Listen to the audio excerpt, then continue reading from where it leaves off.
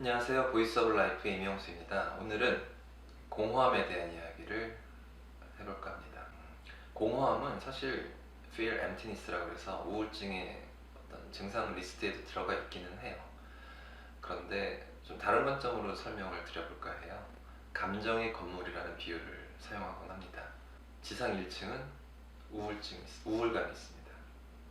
지상 2층은 불안함이 있어요. 지상 3층은 분노 또는 화라는 감정이 있습니다. 그리고 지하 1층이 공허함이라고 볼 수 있습니다. 그래서 지하 1층, 지상 3층 이 건물을 감정의 건물이라고 비유를 해보겠습니다. 우울하신 분들이 그냥 멜랑콜리하게 우울한 감정에만 사로잡혀 있는 분들은 그렇게 많지는 않아요. 대개는 같이 불안하기도 하고 대개는 화도 많이 납니다. 그 화의 정체를 잘 모르고 주변을 향하기도 하고 나에 대한 화이기도 하죠. 그런데 우울, 불안, 분노가 다 있는 경우에는 가장 많이 느끼는 감정은 사실은 화입니다. 가장 위층이고 원형을 놓고 보자면 가장 외곽을 싸고 있는 감정이기 때문에 그것이 더 많이 느껴져요. 그런데 그게 없어지거나 아니면 그 화라는 감정 자체가 별로 없었던 우울인 경우에는 또 불안이 더 크게 느껴집니다. 우울과 불안이 양립하게 됐을 때는 우울보다는 불안이 더 원초적이고 말초적인 감각이기 때문에 불안이 더 많이 느껴져요.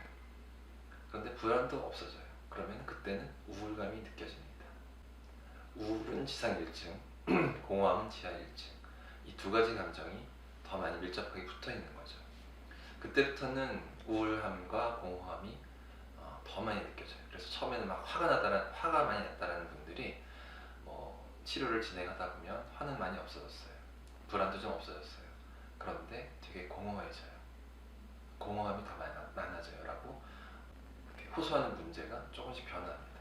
그런데 없었던 문제가 새로 들어왔다기보다는 그 아래 있었던 것들이 위에 것들이 없어지면서 이제 수면 위로 더 나타나게 되는 거죠. 우울 자체는 또 치료로 잘 개선이 될 수 있습니다만 핵심은 공허함이에요. 공허함이 크신 분들과 없거나 적은 분들은 굉장히 차이가 많습니다. 공허함이 아예 없는 분들은 없겠지만 그게 상대적으로 얕거나 강도가 약한 경우에는 우울감이나 이런 것들이 더 잘 개선이 되는데 공허가 굉장히 지하가 굉장히 깊게 파여 있고 넓은 경우에는 우울감이 잘 개선되지 않는 경우들이 되게 많습니다.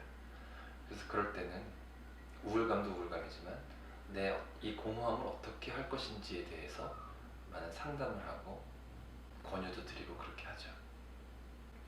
밑빠진 독에 물 붓기처럼 아래가 뻥 뚫려 있는, 마음이 뻥 뚫려 있는 분들은 뭘 채우더라도 그 공허함이 쉽게 채워지지가 않고 계속 빠져나가게 되죠. 마치 손바닥에 물을 부었을 때 잡히지 않고 빠져나가는 것처럼 말이에요.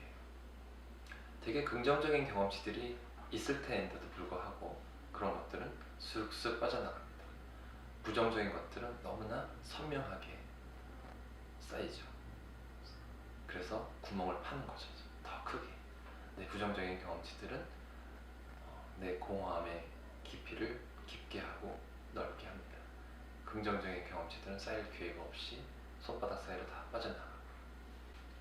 그래서 그 공허함을 어떻게 채우느냐 이렇게 설명을 드리면 그럼 어떻게 하라는 얘기냐, 공허함을 어떻게 채울 수 있단 말이냐라고 질문을 하죠. 쉬운 일은 아니에요.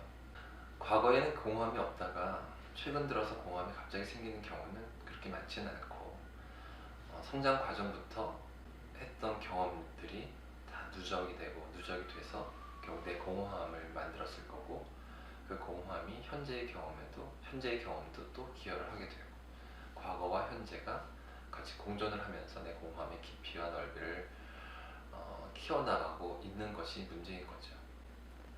그거를 잘 채워나가야 될 텐데 고민입니다. 그런데 사실 답은 너무나 뻔한 얘기밖에 들을 수가 없어요. 일상의 작은 것들에 어떤 가치를 부여하는 작업을 해야 된다는 것. 어떤 크고 좋은 일, 누가 봐도 좋은 일이 있으면 내가 공허함이 채워질 텐데 라고 볼 수도 있겠지만 그런 경험을 하는 경우는 많지는 않습니다. 전체를 10으로 놓고 봤을 때 진짜 좋은 일은 이 정도고 진짜 나쁜 일은 또 이 정도입니다. 그럼 중간에 6 정도는 사실은 루틴이에요. 일상. 진짜 나쁜 일이 아니면 괜찮은 거라고 치부하는 사람과 진짜 좋은 일이 아니면 다 별로라고 생각하는 사람, 이 중립지대에 있는 60% 또는 70% 또는 80%의 이 중립지대를 내가 괜찮은 것으로 편입시킬 것인가 안 좋은 것으로 편입시킬 것인가는 굉장히 큰 차이가 있습니다. 꼭 명심하세요. 누구나 좋은 일은 10% 20%밖에 없고 안 좋은 일도 10% 20%밖에 없어요. 60%에서 80%는 다 중립지대입니다. 일상이에요. 그 일상을 내가 긍정적인 것 쪽으로 편입시킬 수 있는가, 편입시킬 것인가, 부정적인 쪽으로 편입시킬 것인가는 온전히 내가 어떻게 바라보고 생각하고 받아들이느냐의 차이라고 볼 수 있습니다. 그것을 부정적인 것으로 편입시키는 가장 대표적인 주범이 우울증이에요. 짙은 선글라스를 끼고 세상을 바라보다 보니까 약간 아주 쨍하고 맑은 날이 아니라 좀 흐린 날이 더 어둡게 느껴지는 거죠. 심지어는 맑은 날인데도 흐리게 느껴지는 경우가 있는 거예요. 짙은 우울의 선글라스를 끼게 되면 그렇게 인식을 하고 받아들이게 됩니다. 그때 그 선글라스를 벗게 되면 있는 그대로 보게 되는 거죠. 맑은 날은 맑은 날로, 좀 흐린 날은 흐린 날로, 오늘처럼 비가 조금 내리는 날은 비 오는 날이구나를 있는 그대로 받아들일 수 있는 것. 그래서 우울증을 없애는 것이 내 공허함을 처리하는 가장 기본이긴 합니다. 지상 1층의 문제를 해결을 해야 지하 1층의 문제를 본격적으로 다룰 수가 있다는 얘기죠. 그런데 지상 1층의 우울감의 문제를 남겨놓고 지하에 있는 공허함의 문제를 잘 다루기는 사실은 쉽지 않아요. 그래서 일단 우울의 문제를 잘 해결하는 것이 선결되어야 합니다.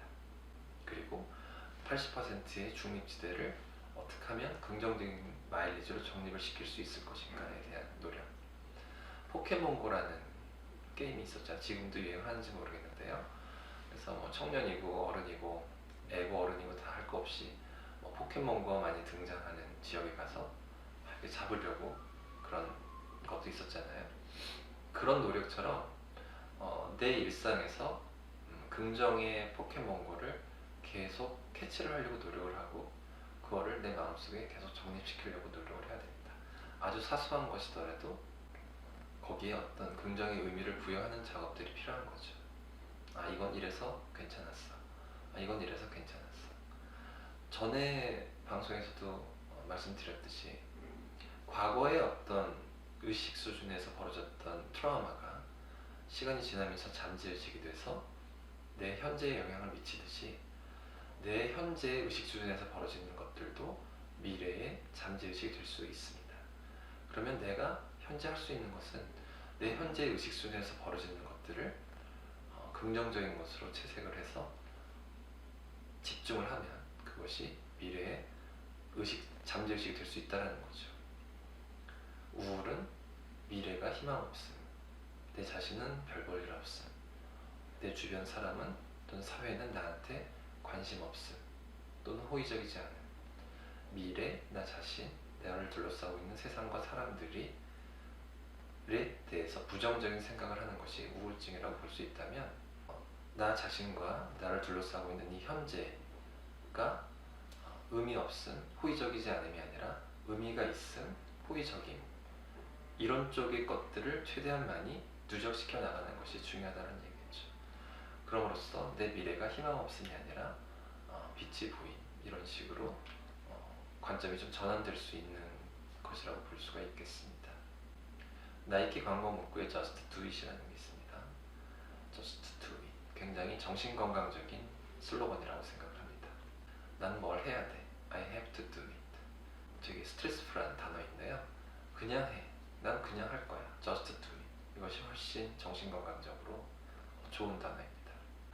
골프를 칠 때 코치들이 골프뿐만이 아니라 테니스도 그렇고 탁구도 그렇고 어떤 것을 이렇게 도구를 가지고 야구도 마찬가지죠.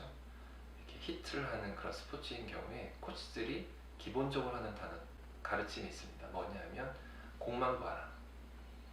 공을 봐야지 치기도 전에 어디로 날아가는지 방향을 먼저 보게 되면 항상 제대로 안 맞게 된다. 그래서 나는 미래가 걱정이 돼서 자꾸 하기도 전에 저쪽을 바라보고 있는데, 그러면 역설적으로 내 현재에 집중을 못하고 있는 게 되는 거죠. 그래서 공에 맞을 때까지는 공만 보고 현재에만 집중을 하고 치는 것. 그러면 그것에 집중을 하면 내 미래는 알아서 잘 나갈 수 있다는 게 이제 스포츠의 원리이기도 합니다. 현재에 집중하기, 이런 것들이 포켓몬고, 긍정의 포켓몬고를 잡아서 누적시키는 것, 다 같은 맥락의 얘기라고 볼 수 있습니다.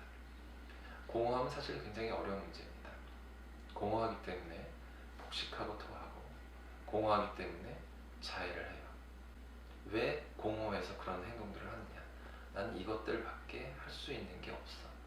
나는 이 먹고 토하거나 자해를 하는 거, 그 행동 말고는 내가 스스로 통제할 수 있는 그 어떤 것도 없어라는 잠재의식 때문에 그렇게 하는 겁니다.